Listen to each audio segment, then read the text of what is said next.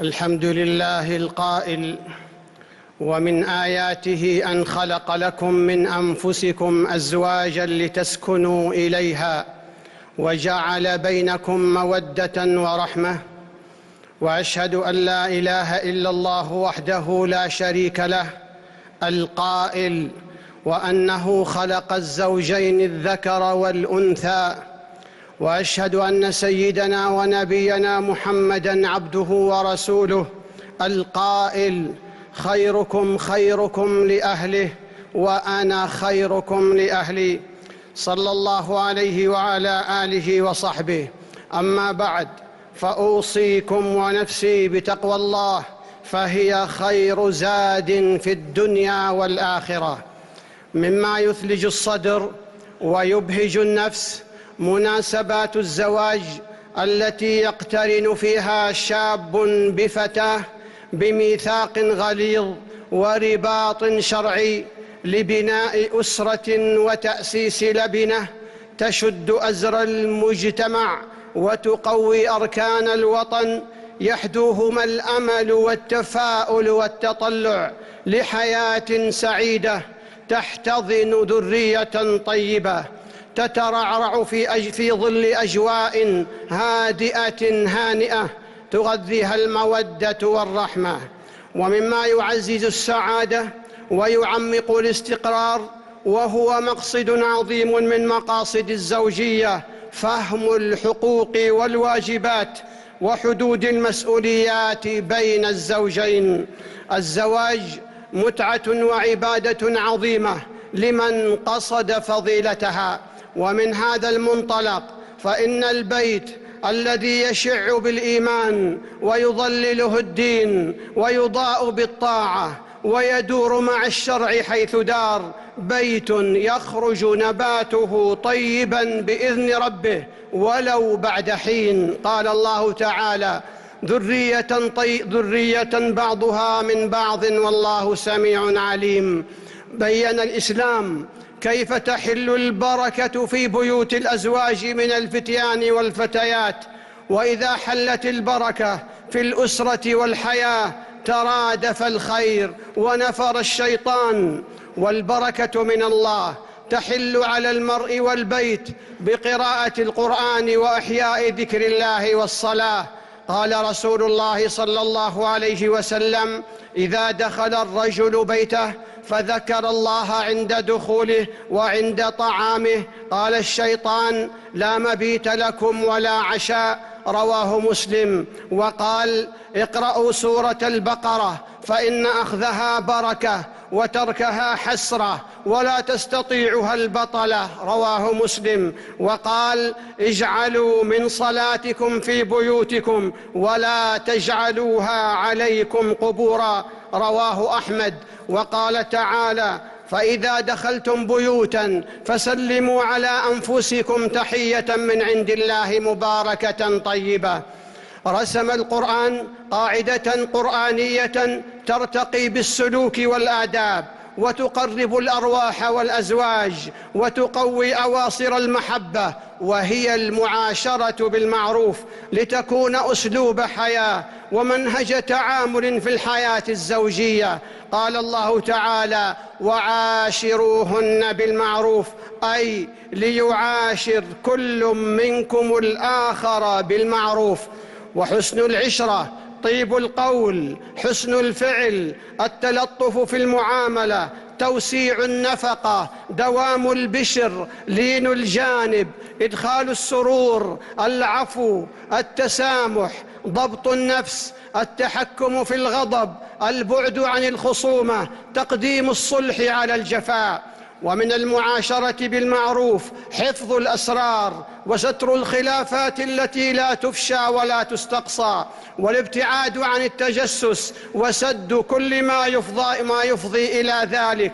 قال الله تعالى: ولا تجسسوا، أي لا تظهروا ما ستره الله بالبحث عن العيوب وتتبع العورات وكشف المستور. قال رسول الله صلى الله عليه وسلم: إني لم أؤمر أن أنقب عن قلوب الناس ولا أشق بطونهم. رواه البخاري ومسلم.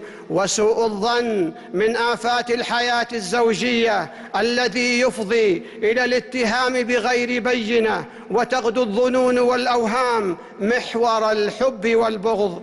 ومن الرقي في التعامل تعلم فن التغافل وعدم الإيغال في تفاصيل الأمور الصغائر، والترفع عن سفاسف الأمور وتتبع السقطات.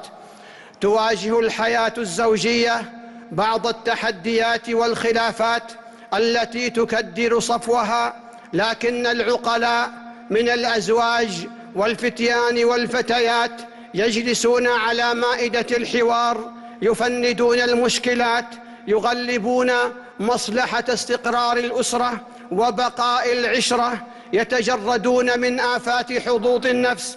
ولا بد من الإشارة إلى أن العناد والتحدي نزغة شيطان لتدمير بنيان الأسرة، ولا يخلو بشر من عيب ونقص. وإذا تحلى الزوجان بالحكمة فإنهما يصلحان العيوب بأسلوب حسن وكلمة طيبة وأدب رفيع. والتلميح لا التصريح ولا التجريح أقرب للقبول مع عبارات الثناء وإحياء مشاعر الود. ومما يهدد الحياة الزوجية المقارنات في الخلقة والشكل والتعامل مع ما يشاهد عبر وسائل التواصل الاجتماعي، فتحتقر المرأة في نظر زوجها ويقزم الرجل في قلب زوجته. ولذلك ينبغي تقوى الله في التعامل مع هذه الوسائل والترفع عن زلاتها، وقناعة الأزواج ورضاهم بما قسم الله شكرا للنعمة وحفاظا على كيان الأسرة. قال الله تعالى: فإن كرهتموهن فعسى أن تكرهوا شيئا ويجعل الله فيه خيرا كثيرا. ويتوجه المعنى للمرأة أيضا، ألا وإن الهدية اللطيفة والمفاجآت المبهجة تجدد دفء الحياة وتحرك المشاعر الراكدة وتحيي معاني الحب والود وتوقظ الألفة من رقادها. قال رسول الله صلى الله عليه وسلم: تهادوا تحابوا. رواه البخاري في الأدب المفرد.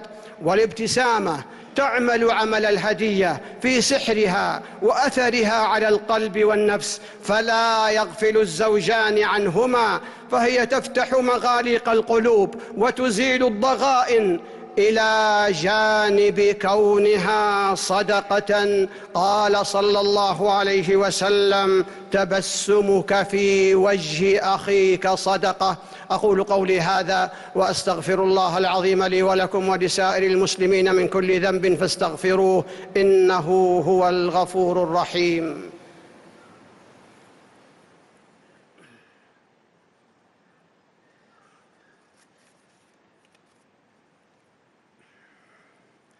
الحمد لله الذي خلق فسوى والذي قدر فهدى، وأشهد أن لا إله إلا الله وحده لا شريك له، له الأسماء الحسنى والصفات العلى.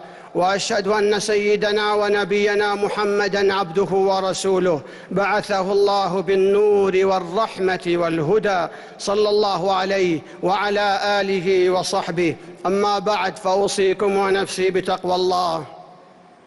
حث النبي صلى الله عليه وسلم على صوم يوم عاشوراء وهو 10 من محرم، فقال: وصيام يوم عاشوراء أحتسب على الله أن يكفر السنة التي قبله. رواه مسلم. ويستحب صوم 9 مع 10 لقوله صلى الله عليه وسلم: لئن بقيت إلى قابل لأصومن 9. رواه مسلم. ألا وصلوا عباد الله على رسول الهدى، فقد أمركم الله بذلك في كتابه فقال: إن الله وملائكته يصلون على النبي يا أيها الذين آمنوا صلوا عليه وسلموا تسليما. اللهم صل على محمد وعلى آله وصحبه، وارض اللهم عن خلفاء الأربعة الراشدين أبي بكر وعمر وعثمان وعلي، وعن الآل والصحب الكرام، وعنا معهم بعفوك وكرمك وإحسانك يا أرحم الراحمين. اللهم إنا نسألك الجنة وما قرب إليها من قول وعمل، ونعوذ بك من النار وما قرب إليها من قول وعمل. اللهم إنا نسألك فواتح الخير وخواتمه وجوامعه وأوله وآخره وظاهره وباطنه، ونسألك الدرجات العلى من الجنة يا رب العالمين. اللهم أعنا ولا تعن علينا، وانصرنا ولا تنصر علينا، وامكر لنا ولا تمكر علينا، واهدنا ويسر الهدى لنا، وانصرنا على من بغى علينا. اللهم إنا نعوذ بك من زوال نعمتك وتحول عافيتك وفجاءة نقمتك وجميع سخطك.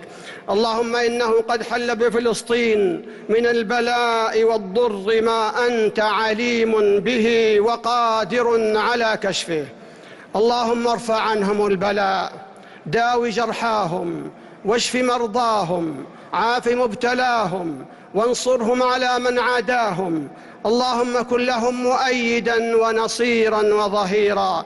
اللهم إنهم حفاة فاحملهم، وجياع فأطعمهم، وعراة فاكسهم، ومظلومون فانصرهم على الصهاينة المعتدين يا قوي يا عزيز. يا حي يا قيوم برحمتك نستغيث، أصلح لنا شأننا كله ولا تكلنا إلى أنفسنا طرفة عين.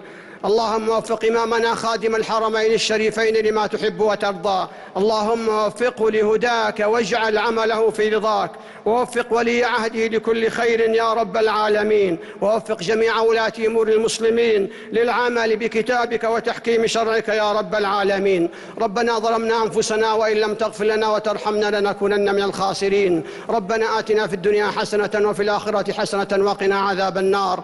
إن الله يأمر بالعدل والإحسان وإيتاء ذي القربى وينهى عن الفحشاء والمنكر والبغي يعظكم لعلكم تذكرون. فاذكروا الله يذكركم واشكروه على نعمه يزدكم، ولذكر الله أكبر والله يعلم ما تصنعون.